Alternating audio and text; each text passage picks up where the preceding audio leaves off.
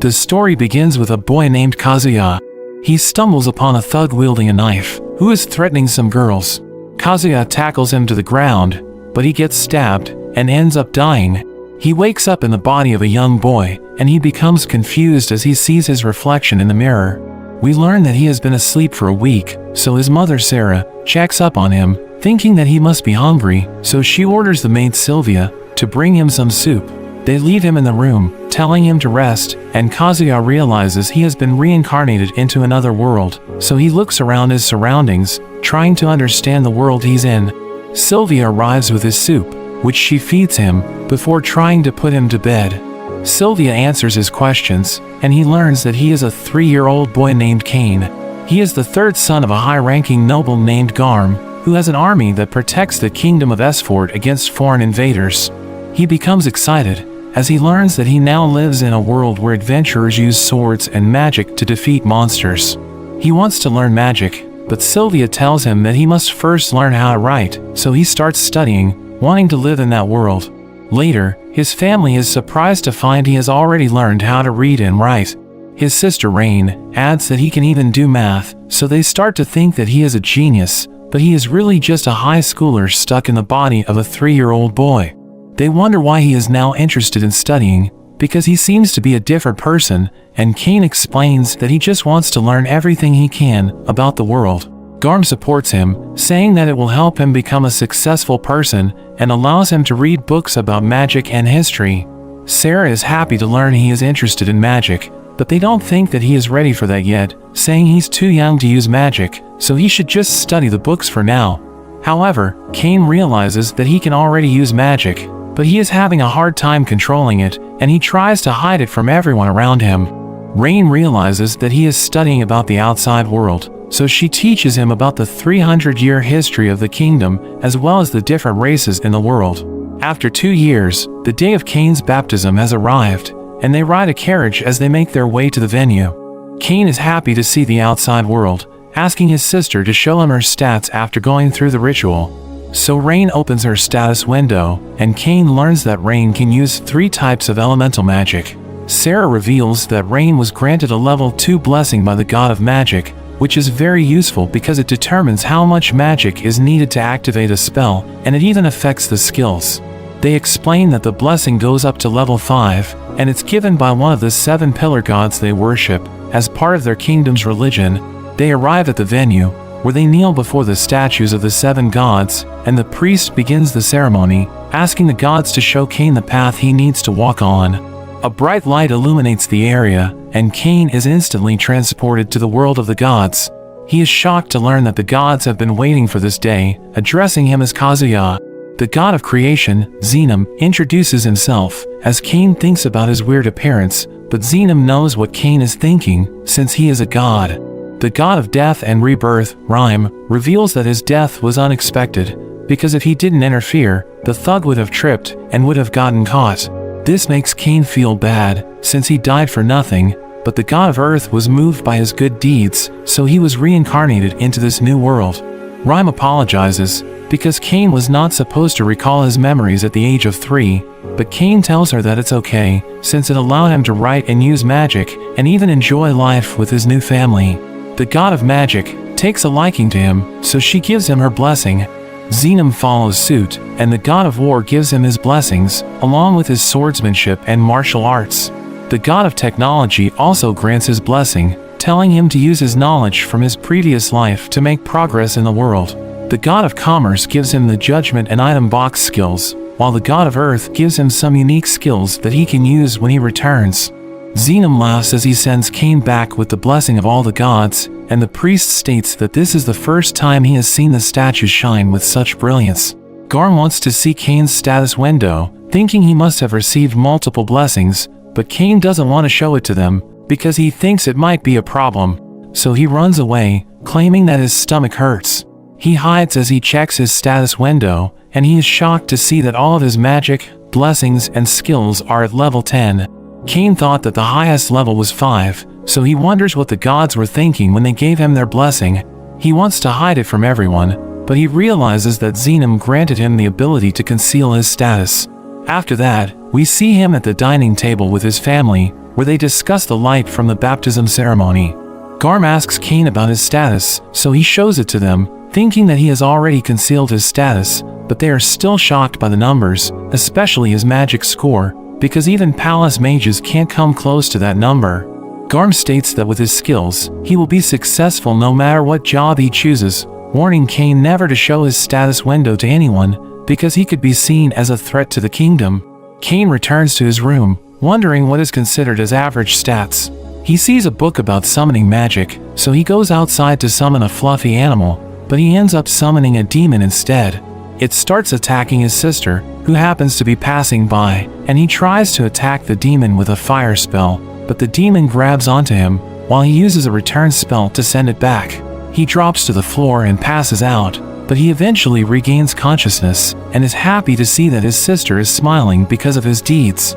Later, he is presented to a crowd during his debut, where he reveals that his goal is to become an adventurer and protect everyone.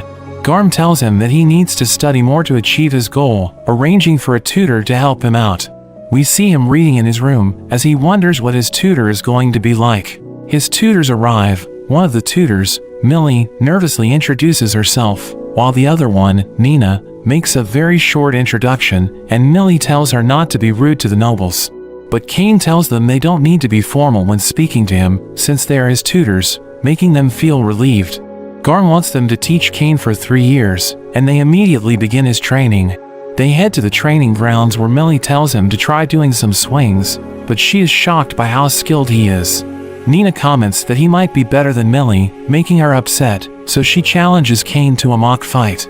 Cain charges at her, and she struggles to block his attacks. Nina asks Cain if he received the blessing of the god of war, and he admits to it as he continues his fight. Millie backs off, saying she won't be able to last if they keep up at that pace, so he should start learning magic from Nina. Nina reveals that she has a level 3 blessing from the god of magic, wanting to start with teaching the basics, but Cain tells her that he already knows the basics, demonstrating some beginner-level magic to prove his point. However, Nina tells him that he just used enchanted magic, when it takes intense training just to shorten incantations, so she concludes that he is a genius. Millie points out that he even used all the elements, which Nina thinks is impossible, because there is no one in that world who can use all the elements that effectively. Cain admits that he also has the blessing from the god of magic, making his tutors impressed.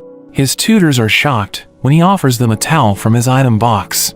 They realize that Cain is just too amazing, and they can no longer teach him within the mansion, because he could end up destroying the mansion with his powers. They go to Garm, explaining the situation as they ask for his permission to train Cain outside the mansion. The next day, they leave the mansion, and Nina instructs him to use an intermediate level magic on a boulder, so he uses a fire spell, which makes the rock explode, blowing his tutors away, and leaving behind a huge crater. Nina tells him that the spell was way beyond intermediate, while Millie wonders why he still doesn't feel tired, making them realize that he has an insane amount of magic. A killer rabbit suddenly appears, charging toward Cain, but he dodges its attack, and counters with wind magic. He stores its remains in his item box, so that he can show his family when he gets back home. Millie wishes she had a magic bag, which functions like an item box, but it is too expensive for her to afford. Nina uses a search spell to look for more monsters to hunt, revealing the location of nearby creatures. Cain wants to learn the spell, so Nina gives him a brief explanation about it, and he tries it out, allowing him to detect nearby creatures, as well as the type of creatures that were discovered. They take out the creatures, but one monster retreats to the forest as Cain runs after it. Millie stops him, saying that the forest is full of strong monsters that attack the city every few decades, which explains why it is so heavily fortified.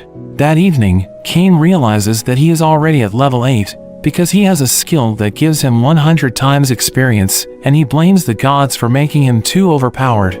They go to the guild hall to look for a quest, but they come across a brawny guy, who looks down on them for being D-rank adventurers, asking them if their quest is babysitting, since they are spending time with a kid.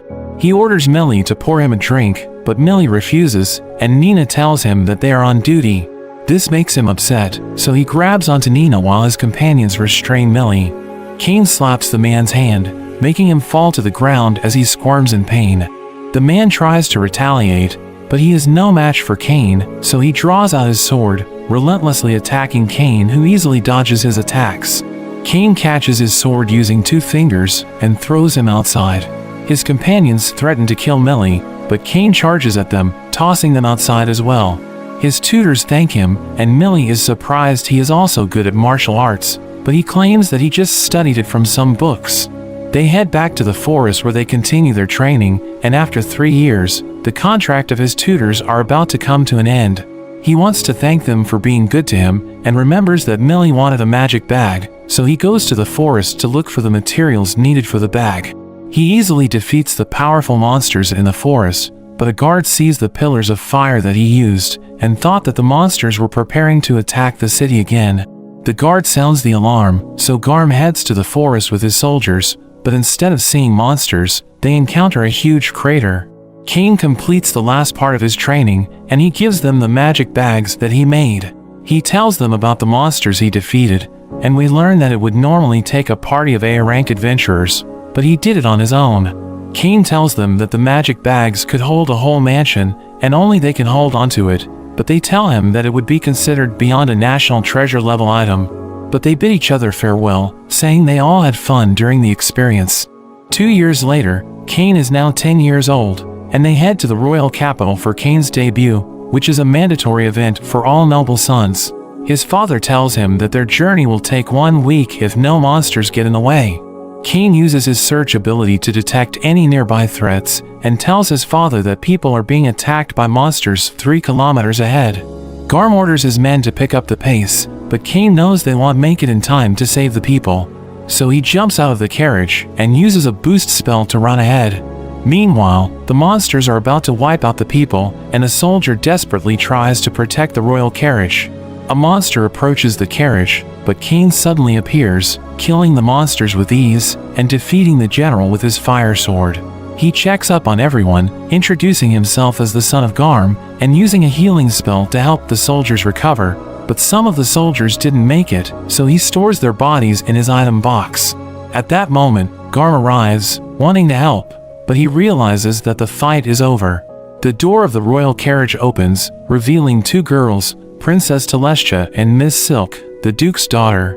They introduce themselves to the ladies, and the princess collapses from the stress. Cain casts a spell to help them relax, making their hearts lighter. The girls thank Cain for saving them, revealing that they saw him fight from their carriage window. They start fighting over him, and Silk asks him what brought him there, so he explains that they are going to the royal capital for his debut. The girls reveal that they will also be having their debuts, wanting Cain to travel with them. As they travel, he sits between the 2 girls in the royal carriage. He doesn't feel comfortable in his position, so he wants to move to another seat, but the girls won't let him go. They arrive at a town, where the girls want Cain to spend the night with them, because they feel safer around him. Garm asks for them to reconsider, since it would be inappropriate for boys and girls to share a room, but the girls tell him that they are still traumatized from the last attack, so they want Cain to protect them. Cain is pressured into sharing the room with them, but agrees under the condition that the room is huge. They go to their rooms, but Cain realizes that the beds are too close together. The girls want Cain to sleep in the middle, as they move the beds closer to each other. The girls get closer to him, claiming that they are scared, and Cain becomes too nervous to go to sleep. This goes on for a few nights, making Cain sleep deprived as they arrive at the royal capital. When they exit their carriage, they are greeted by the vice captain named Gazard, who thanks Cain for saving the girls and his men. Cain removes the remains of the fallen guards from his item box, wanting everyone to recognize they bravely fought against the orcs to protect the girls. Cain is about to leave, but Gazard grabs onto him, telling him that he will have an audience with the king. Gazard takes him to the king's hall, where he meets the king. He pays his respects, and the king tells everyone how he saved the carriage by defeating the group of orcs. The king acknowledges his heroic exploits, saying that the girls wouldn't have survived without him, so he makes Cain a baron, giving him his own mansion. A noble named Corgino speaks out, saying that Cain is too young to be a baron, but the king points out that he couldn't perform the same feats that Cain has accomplished, so Corgino backs off. Cain reluctantly accepts the title of baron, and the king concludes the audience, telling him to go backstage. We see Cain in a room with his father, who comments that Cain is the first among his sons to be promoted. The king joins them, bowing to Cain as he thanks him for saving his daughter. Cain is not comfortable seeing them in such a position, asking them to raise their heads, but the king felt the need to thank Cain as a father. The king tells him that since he excels in both magic and the sword, and even has the blessing of the gods, the kingdom can't leave such a talented child to his own devices. That's why he is given the title of Baron, even asking him to marry Princess Telestia, while the Duke also wants him to marry his daughter. Cain is shocked, but the girls are happy, as the king explains that he will now be engaged to the two girls, because he has slept with both of them. But we learn that this was all part of their plan to keep Cain in the kingdom. They continue to pressure Cain, and he eventually agrees to marry their daughters. We see Cain in the capital church, where he prays to the gods, allowing him to enter their world once again. He asks the gods about his stats, and Xenom admits that his stats are insane, so he is probably the most powerful human in the world, asking him if he wants to become a demigod. However, he tells Cain that there are limits to what he can do alone, warning him not to test those limits. Xenom tells him that there isn't much entertainment in his current world, so he suggests using his knowledge from his previous life to create something. Cain thinks about bringing in an item that doesn't exist in that world, and Xenom agrees with his idea. Cain returns to the world, and he sees a cat girl named Parma, who tells him that she's under training at her uncle Tamani's shop. Cain visits the shop, commenting on the wide variety of goods that they have. He tells Tamani's about the item that he has in mind, drawing it out and explaining the details to him. Tamani's likes the concept, and he thinks that he could produce it at a very affordable price. Cain wants to see a prototype, giving him a gold coin to cover the expenses, and telling Tamani's that he can consider it as an upfront investment. Tamani's accepts the task, and he assures Cain that he will give it his best. After some time, Tamani's shows him the prototype. Cain thinks it looks great, playing a game with Parma to demonstrate how the game is played, and Tamani's gets excited, thinking that the game is sure to catch on. Cain suggests that they should use a different version for nobles, because he is certain that the nobles would want a fancier version. Cain wants him to mass-produce the product, giving him the funds needed to do so. Tamani's is shocked, bowing to Cain as he promises to do his very best. They take their sample to the altar, swearing to the god of commerce that they will uphold their end of the contract, causing the prototype to vanish as it is accepted. As a result, no one will be able to produce the same product for 3 years. Cain wants them to start selling the product in the next month, asking Tamani's to prepare an extravagant one for the royal family. After that, he makes his way home, and he is informed that the debut is about to begin, so he rushes to get ready, and leaves with his parents. Garm knows that Cain will get a lot of attention because he recently became a baron, so he warns his son to watch out for parents who want to introduce their daughters to him. They arrive at the venue, where the royal family makes their appearance. The king gives a speech about the next generation, and Cain goes to the king with his family, and he presents the game that he developed with Tamani's. The king is interested, wanting to talk to him after the ceremony. Garm wasn't aware of the game's development, and Cain explains that he needs to find other sources of income to help him maintain the mansion. His parents leave, as they tell him to interact with the other children. Cain sits with Silk, who displays her interest in him as she starts teasing him, but Corgino's son Habit interrupts them, giving Silk a compliment and expecting her to reciprocate, but Silk just silently greets him. One of Habit's friends demands that Cain show his respect to Habit, so he gets up to greet Habit, introducing himself as Baron Cain, but they think he is just a son of a baron, so they start looking down on him. Habit thinks that Cain must be from a poor family, since he didn't even mention his last name, and he threatens to have his friends beat him up if he doesn't apologize for his rudeness. But Cain tells Habit that he is the one being rude, so they go outside, where Habit wants to fight him. Habit reveals that his friends have God's blessing, and they can even use magic. The first guy steps up, and he tries to show off, conjures a really weak fireball, which Cain easily dodges. The other one also tries to be flashy, but he just launches some weak rock projectiles. They are about to attack again, but Silk becomes annoyed, so she tells them that Cain is not the son of a baron, but he is the baron himself, telling them about his impressive feats. She orders them to bow since he outranks them, and they obey, begging for his forgiveness as they leave the scene. Silk realizes that Cain has a dark side. because he let the situation drag on to make things more interesting, even though he knew that the kids were mistaken. But she promises to keep it a secret from Telestia if Cain goes on a date with her.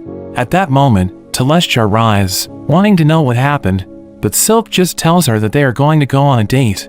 Telestia becomes jealous, so Cain tells her that he will also go on a date with her. The king interrupts them, summoning Cain for their meeting, where they play the game Cain developed. The king enjoys the game, wanting to keep it exclusively between them, but Cain reveals that it's going to be made available to the public. The Duke is also there, and they take the chance to remind him that his engagement with their daughters is a secret, telling him to be careful on his date. The next day, Cain is given the deed and key to his new mansion. He goes to check it out, but when he arrives, he finds it's completely run down. As he enters, the lights don't work, so he uses his magic to light the way.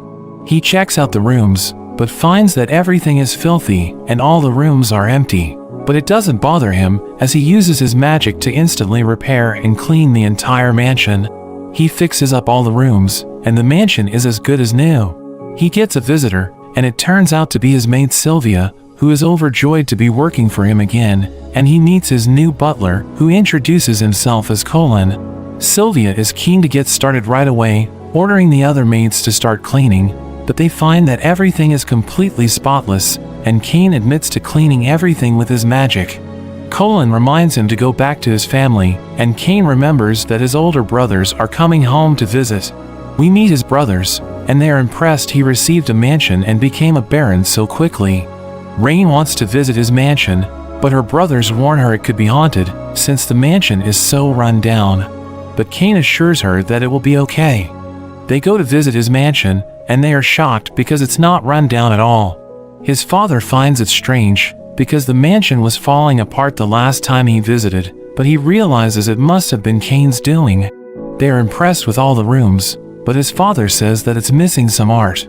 Cain wonders why he needs art, and Garm explains that nobles are very fond of it, decorating their mansions with things like paintings, armors, and even mounted monsters. Hearing this, Cain decides to put one of his monsters up. Sylvia suddenly screams, and they wonder what is going on. The maids are shocked, as they see an enormous red dragon, and Cain realizes he forgot to tell them about it. His father demands an explanation, and Cain says it's just a monster that he defeated. His father is shocked, wondering when he defeated it, and Cain reveals it was when he was in the forest a while back.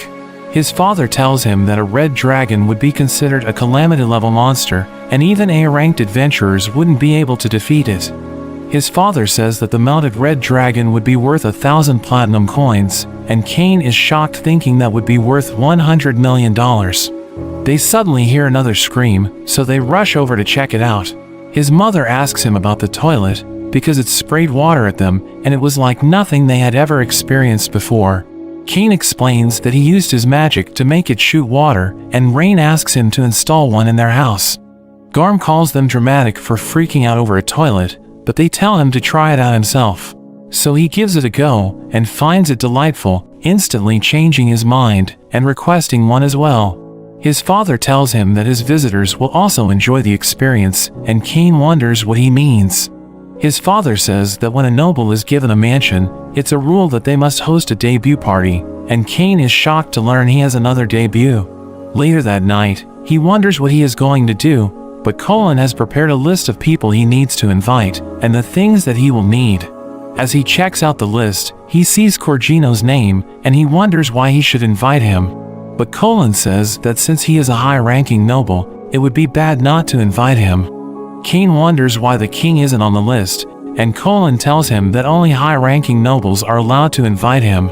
He thinks about preparing the food and drinks for the party, but panics, because he also needs to get a gift for all his guests. But Sylvia gives him some ideas, and he creates a glass using his magic. Most people are used to just using porcelain, so he decides to give out glasses to all of his guests. He moves on to preparing the food. Using a recipe from his previous life, he comes up with the Hamburg steak, and Sylvia finds it to be absolutely delicious. She tries his drink next, and she is amazed by its fizzy bubbles, wondering what it is, and Cain explains how he used his magic to add bubbles to regular wine. Colin interrupts, telling Cain he is being called by the king. At the palace, the king is mad at him because he never got an invite to his party, and we learn that the Duke has been taunting him for not getting an invitation. Cain comes up with an excuse, saying that he just wanted to give him his invitation in person, and he just hasn't had the chance until now. The king is overjoyed hearing this, and Cain is relieved. The night of the party arrives, and Cain welcomes all his guests. The Duke arrives with Silk, and they are amazed by the red dragon. Cain thanks all his guests for joining him, and he makes a toast. Everyone is amazed by the drink, and the Duke comments on how the glass shines like a treasure.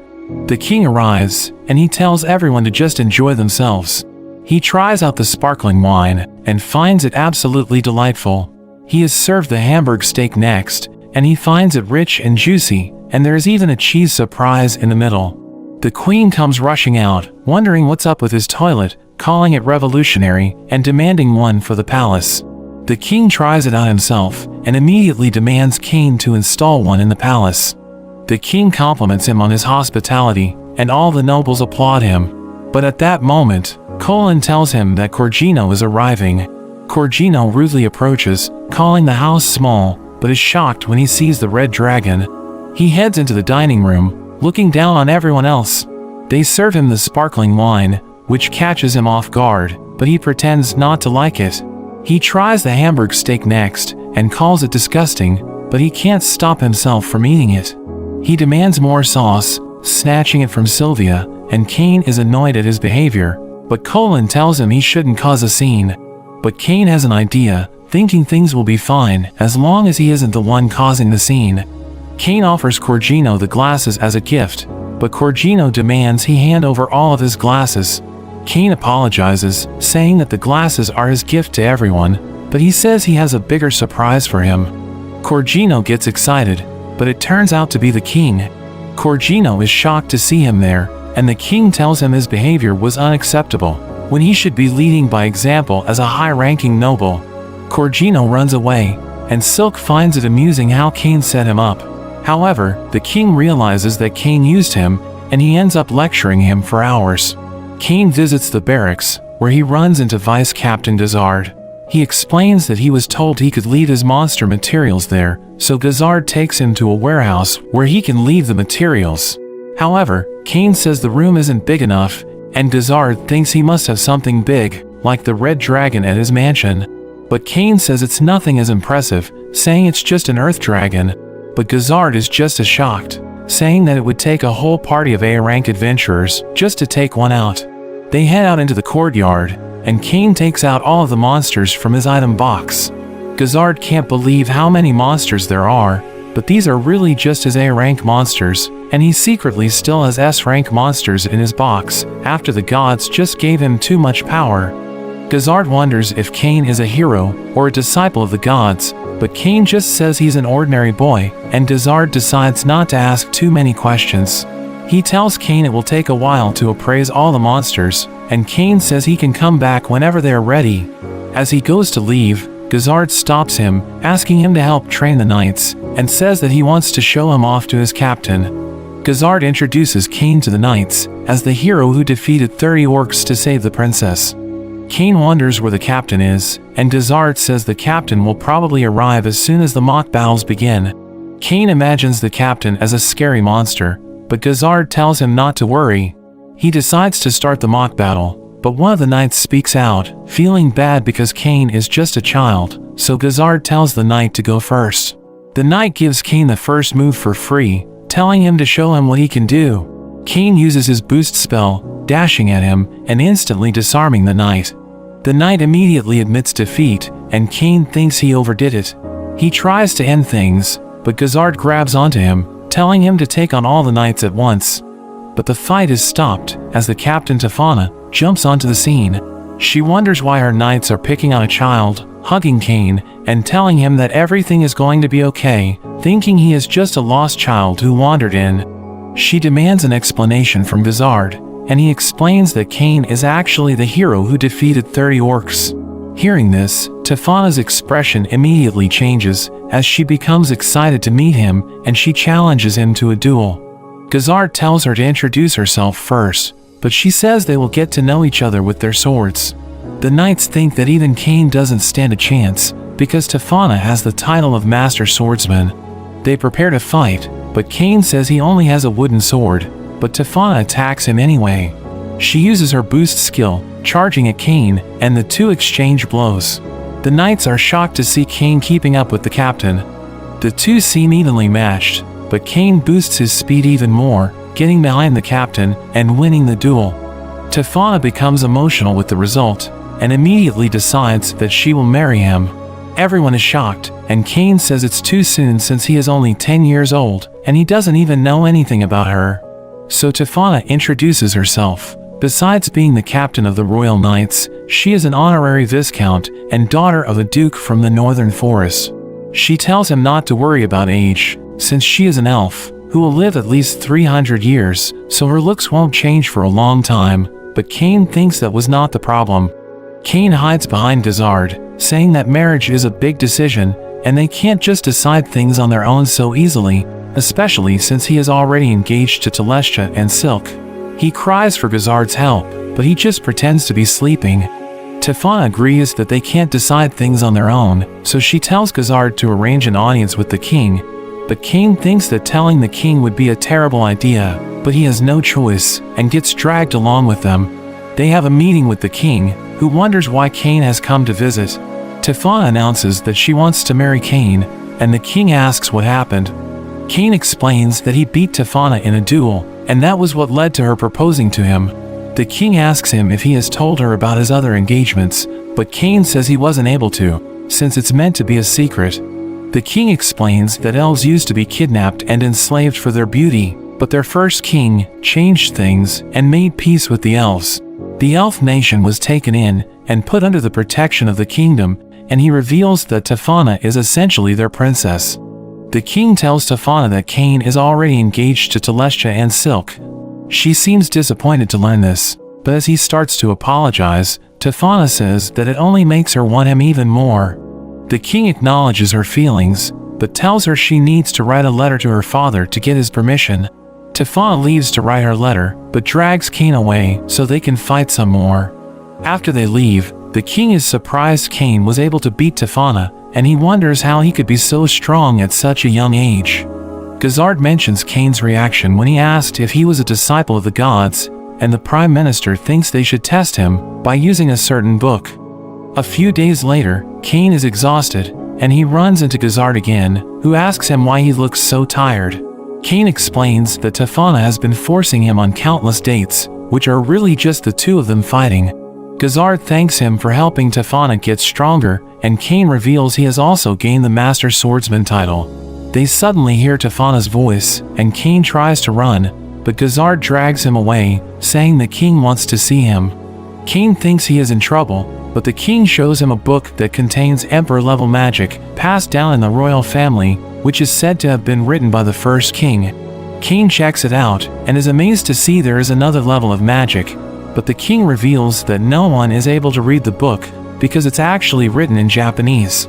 Cain realizes he messed up, thinking that the first king must have also been someone who was reincarnated from Japan. The king asks about Cain's identity, and he realizes he can't hide the truth any longer, so he explains how he was reincarnated with the memories from his previous life. Garm wonders if he is really his son, and Cain claims that he is, because the gods told him that was the case. Everyone is shocked to hear he met the gods, and he recalls how he met the 7 gods during his baptism. The king can't believe he met all 7 gods, and they ask him to show his status. Cain opens his real status window, shocking everyone as they see his level 10 blessings and his title as God's Chosen. The king thinks that with his title as God's Chosen, everyone in the world would bow to him, but Cain doesn't want that to happen, saying that he is happy with how things are in his life, with the adventures he's had, and the people he has met, so he wants them to just treat him the same as before. The king agrees to his request, but jokes that he could be king if he wanted. Tefana interrupts the meeting, revealing the letter from her father, agreeing to let her marry Cain, so she grabs Cain and takes him away, heading straight to the courtyard. Meanwhile, the king orders everyone to keep what they learned about Cain a secret, hoping that he will continue to protect the country, as well as their people. Later on, we see Telestia and Silk after they find out about his engagement to Tefana. They are mad at him at first, but they manage to accept the news, and they tell him not to accept all the proposals that he will receive, wondering how many people they will have to share him with. Tefana bursts in looking for him, wanting to share their love together, and the girls wonder what he has been doing with her. But he gets dragged away, as he tries to explain himself. Later on, Cain has another look at the first king's book, and there is a message that says if he can read the book, then he must also be from another world, so it's a record of his own experience. The king is introduced as Yuya Esford, a man who also died in an accident, but he was summoned to the world in his original body. Cain is suddenly interrupted, as Telestia and Silk wonder what he is up to. They think he must be studying for the academy entrance exams, and they ask to study with him. But he tells them he is too busy, so they ask him about the following day, but he says that is even worse for him, and he quickly runs away. However, he ends up running into Tefana, who asks him to fight with her the next day, but he apologizes to her and runs away from her as well. The next day, it turns out to be his 12th birthday, and he is finally old enough to register as an adventurer, so he heads straight for the guild. He looks around the place, and he is impressed by the capital's guild. He runs into an adventurer, who can tell it's his first time, so he reminds him to stay safe, because he only has one life. As he walks off, Cain gets a feeling he has seen him before. He goes up to the counter, and the clerk introduces herself as Tia. Cain asks to register as an adventurer, and she tells him to fill out a form. As he fills it out, he wonders if he should mention he is a baron, but he decides to leave it out, thinking it shouldn't make a difference. After filling it out, Tia tells him to put a drop of his blood on the crystal, so he can register for his guild card. She tells him he starts off in G rank, and he thinks about his tutors, who mention that they were in D rank. As Tia is explaining things to him, some adventurers interrupt, telling her to stop wasting her time with a kid. The man tells Cain to go home to his mother, trying to kick him, but Cain easily dodges. His friend tries to attack as well, but Cain avoids him as well. He makes a fool of them, and the man prepares to draw his sword. But things are stopped, as the red-haired adventurer from earlier appears, and the man recognizes him as Claude, from the Ice Flame party. Claude asks if he wants to fight, and the men run off instead. Cain thanks Claude for his help, and Claude can tell he is strong, seeing the way he avoided the attacks from the men. They have a drink together, and Cain gets juiced since he is still a kid. Claude is interested in how he is so strong at such an age, and Cain tells him he was tutored when he was younger. Cain asks him why the men mentioned Ice Flame, and Claude reveals it's the name of his party, where he fights with a flaming sword, and his wife uses ice magic. He recommends Cain find a party, so that he can take on bigger quests and rank up faster, revealing his gold card, which means he is an A-ranked adventurer. Cain is impressed seeing the card, but Claude says there's room to improve, mentioning that the first king was triple S ranked, and his card was supposedly black. Claude suddenly gets hit, as his wife Lena suddenly appears. She wonders why he is drinking, and Cain introduces himself, saying that Claude saved him. She finds him cute, even offering to help him if he gets into any more trouble, but she drags Claude away, saying they need to get on with their quest. Cain checks out the quest board, and sees one for transporting cargo. He thinks it would be easy with his item box, but he decides he wants a quest that involves defeating monsters. He finds a quest to defeat goblins, and there is no limit to how many he can defeat, so he thinks it's the perfect first quest for him. But he suddenly runs into Tefana, and Gazard explains they are headed out to do some training with the knights. Tefana wonders what he is up to, and Cain says he is about to go on his first quest as an adventurer. Tefana decides to go with him, saying she can't miss her husband's first adventure, and she leaves the training exercise up to Gazard. Cain tries to run, but Tefana grabs him and drags him off. They head into the forest, and Tefana enjoys her time with him, dragging him along and wondering where the goblins are at. Cain uses his search skill, detecting the goblins up ahead, and they see a man surrounded by goblins. They quickly rush to the man, and Cain heals him with his magic. Tefana rushes at the goblins, easily cutting them down, but there are more goblins that appear. Cain uses his magic to boost her strength, and she feels as though they are fighting as one. She easily cuts them all down, but there is a giant goblin that appears. But thanks to Cain's magic, it's no match for her, and she cuts it in half. She starts dreaming about their wedding, asking Cain to praise her, but there are suddenly green lizards that appear. Cain tells her to get away with the man, telling her to leave them to him. He uses his light spell to blind them, and then follows up with his ice pillar. Gigantic ice pillars emerge, and the man wonders what's going on, but Tefana knows it's just Cain being Cain. Sometime later, we see Cain's tutors as they investigate the green lizards, but there is only a huge crater left behind. Cain reports to the guild, and he wonders if he can hand in the green lizards, even though he didn't take the quest. Tia is shocked to hear this, because a green lizard quest is usually C-ranked, and Cain reveals that he defeated 30 of them. Tia can't believe it, and she rushes to the chief, and tells him what happened. The chief meets with Cain, introducing himself as Cedric, mentioning that the guild master is busy, so he is handling his case. He thinks Cain is trying to cheat the system, because he only just registered as an adventurer, and he thinks it would be impossible for him to kill a green lizard. Cain insists that he beat them, but Cedric thinks he is just a peasant trying to cheat the guild out of the reward money. He decides to punish Cain by revoking his guild card, saying that he doesn't tolerate cheaters, but the guild master suddenly enters. Cedric explains the situation, saying there is no way Cain could have defeated 30 green lizards. But the guild master laughs, telling Cedric there is much for him to learn. Cedric can't believe he is siding with Cain, but the guild master calls in his guest, which turns out to be Tefana. She hugs onto Cain, calling him her husband, while Tia and Cedric are shocked to hear this. Cain wonders what she is doing at the guild, and she explains she was there to discuss the city's countermeasures against goblins and green lizards. The guild master mentions that Cain is a baron and the hero who saved the princess, but Cedric can't believe it, saying there was no mention of it on his registry form. But Cain says he left it out, because he didn't want any special treatment. The guild master mentions that if Cain marries Tefana, then he will also be his brother-in-law, which is a shock to Cain, learning that he is Tefana's brother. Cedric begs for forgiveness, and Tefana mentions he should be executed for insulting a noble, but Cain accepts his apology, warning him not to assume things so quickly. Cain asks if they will take his green lizards, and the guild master decides to promote him to C rank. But Tefana says it's not enough, mentioning how he is stronger than her, and even defeated a red dragon when he was 10, so the guild master decides to make him A rank instead, although he mentions that Cain will need to subjugate some bandits. Tia and Cedric can't believe he is being promoted to A rank in a single day, and the guild master tells them to handle the paperwork. After they leave, the guild master apologizes for Cedric's behavior, but Cain tells him not to worry. The guild master admits he was worried when he heard his sister got engaged, but he is relieved after meeting him, and he tells him to take care of his sister. Meanwhile, we see the gods watching him, laughing at all the trouble he's causing. They wonder if it was a mistake to make him so strong, but Xenom says he needs to get even stronger, revealing that a being named Aaron is about to be released from his seal. He was sealed away 300 years ago, and the gods fear what will happen when he gets free.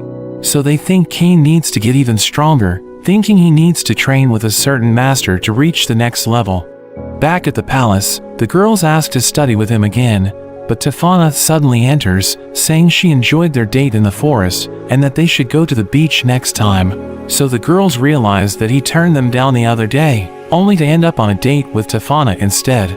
They tell him he needs to take them on dates as well, and all he can do is apologize to them. We see Cain in bed, as Sylvia bursts in, apologizing because she forgot to wake him up, and we learn that today is the day of his academy entrance exams.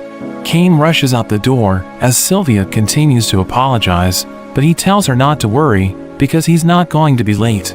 As he gets outside, he uses a teleportation spell to get to the academy. He checks in for the exam, and he is given directions to his room. As he heads over, he finds it strange he doesn't recognize anyone on the list. When he gets to the room, he wonders if Telestia and Silk are taking the exam in another room. The examiner comes in and tells them they have 2 hours to complete the test, warning them that any cheaters will be immediately removed. The test begins, and it's just basic math and writing skills, which Cain finds easy, thanks to his knowledge from his previous life. During the test, the examiner sees him relaxing, but he says he is already finished, which surprises her because it's only been 30 minutes. After the test ends, they are told they will be moving on to the magic assessment, which gets Cain excited. They head out into the courtyard, and the examiner tells them they are to use their strongest spell at the target.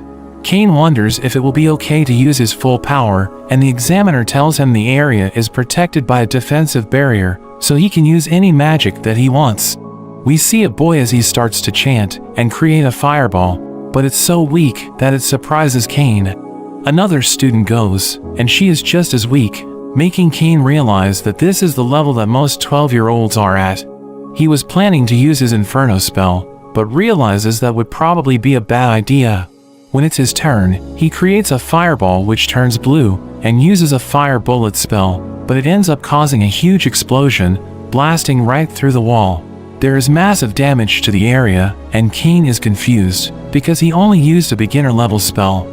The examiner can't believe her eyes, as Cain tries to explain himself. The examiner checks the area, and tells them to move on to their swordsmanship exam. They move to another part of the academy, where the examiner introduces some A-rank adventurers who are there to help assess them. Cain is surprised to see Claude, who wonders what he is up to, and Cain explains he is taking the entrance exam. Claude wants to be his opponent, but Cain tries to decline. However, the examiner says that Claude is the highest-ranked adventurer, so he can't refuse. The two prepare to fight, and Claude tells him to show him what he can do. Cain thinks he should be pretty strong since he is A-ranked, so he uses his boost skill and starts to attack. The two start to exchange blows, and the other kids can't believe how fast they are moving. Claude is impressed by Cain, saying he is stronger than the other examiners, but Cain tells him to take it easy, since it's just a test. But Claude gets too excited, using his own boost skill, and they start moving even faster. But their fight gets interrupted as the examiner tells them to stop, saying they are scaring the other kids. Claude thinks they went a little overboard, and decides to call it for the day, but tells Cain they should go on a quest together sometime, but Cain isn't sure that's a good idea. The examiner says he has seen enough, and tells Cain to go home and wait for the results. He heads back home, and Sylvia wonders how he did. He says everything went well, and Sylvia wants to have a party to celebrate. He says it's still too early to celebrate, but his stomach growls, and Sylvia rushes off to prepare him some food. At the palace, we see Cain as he is questioned by the king about the damage that he caused. Cain explains how the examiner told him he could use his full power since there was a barrier, but even though he only used beginner magic, instead of his new emperor-level magic, it still caused massive damage. The king is surprised he can use emperor-level magic, but Cain says he's not sure what would happen to his surroundings if he used it, asking if there is anywhere he could practice, but they tell him absolutely not. The king goes on to ask him where he took his exam, because Telestia complained that she didn't see him during the exam. Cain mentions how he checked in at the south entrance, and was directed to his room. Upon hearing this, the king asks him why the academy has a north and south entrance, causing Cain to realize his mistake, because the north entrance leads to where the nobles live, and he ended up taking the exam with all the commoners instead. The Duke mentions how this even caused a problem with the academy headmaster, as we see in a flashback, the headmaster telling him there is a problem with releasing the results, because a commoner got a perfect score on the written exam, as well as destroying the training area, and fighting on equal footing with an A-ranked adventurer, but the Duke just laughs hearing this, knowing it could only be Cain, and tells the headmaster to release the results. At the academy, the results are released, and Cain looks for his name. Silk calls out to him, telling him he is at the top of the class, while Telestia is second, and she is in third place. She teases him about the damage he caused, and tells him how Telestia was mad she didn't see him, making him worried he is in trouble. He suddenly sees his sister Rain, who is guiding some other students. She rushes over to him, overjoyed to see him. She is impressed he is the top of his class, and wishes him luck on his speech, saying that it's tradition for the top scoring student to give a speech at the entrance ceremony. Cain wishes Telestia could do it instead, but Rain tells him he doesn't have a choice. Cain returns home, and Sylvia is overjoyed to learn he passed, saying they need to celebrate, and that she will cook enough food to feed 100 people. She rushes off, and Cain thinks she is going overboard, but he thinks it's a good occasion to be happy. On the day of the entrance ceremony, Cain sees that his parents have come to watch him. He is joined by Telestia and Silk, charming them instantly, as they think he looks cute in his uniform. As the ceremony begins, the other students wonder who he is, jealous that he's sitting between the two girls. The headmaster calls Cain up to give his speech, and he introduces himself, mentioning how he got his exam mixed up, but looks forward to becoming friends with everyone, hoping they can all get along, and all the students cheer for him. The king comes out to congratulate all the students, mentioning certain irregular students, and Cain feels like he is being warned by the king. They get to their first class, and their homeroom teacher introduces herself as Elka. She tells them to think about their future and choose what they plan on studying. Cain wants to go for adventuring, but the girls object. Telestia says that since he is already a baron, he needs to learn more about being a noble. Cain gets upset, but Silk tells him he can choose more than one course. So Cain decides to go with nobility, adventuring, and magic. He asks what they are going to choose, and Telestia says she will pick nobility and internal affairs. Cain wonders why she is picking internal affairs, but she mentions how she wants to help him manage his domain in the future. Silk decides on nobility and commerce, wanting to also be useful to him in the future. As they leave their class, Cain sees some bullies picking on a girl. He notices her ear, and realizes it's Parma from the item shop. The bullies turn out to be Habit and his boys, and they bully her for being a beast, saying she doesn't belong in their class, since they are all nobles. But Cain steps in, saying nobles and commoners are equals at the school. Habit doesn't care, but soon realizes he is talking to Cain, remembering their past encounter. The boys wonder why he is siding with a commoner, when he is a noble himself, but Cain says he is just siding with his friend. Habit threatens to tell his father to ruin Parma's family, but the girls approach, causing the boys to get on their knees and apologize. They are forced to apologize to Parma, and they quickly get away. Parma thanks Cain for his help, but the girls suddenly wonder about his relationship with her, making Cain kneel as they have a chat with Parma. He gets worried they are forming an alliance, but he suddenly hears a voice, telling him to visit the library. Cain decides to check it out, but as he opens the door, it leads to another space, and he is teleported to a room where he meets a man, who asks him if he wants some coffee. Cain demands to know who he is, wondering how there is coffee in this world, but the man says he has been waiting for him, calling him Kazuya, his name from his previous life. The man introduces himself as Yuya, and Cain recognizes him as the first king. He remembers the book he read, but remembers it was written more than 300 years ago, so he wonders if he is a ghost. But Yuya just laughs, and tells him he can check his stats. Cain opens up his status window, and is shocked when he sees he has the god of creation.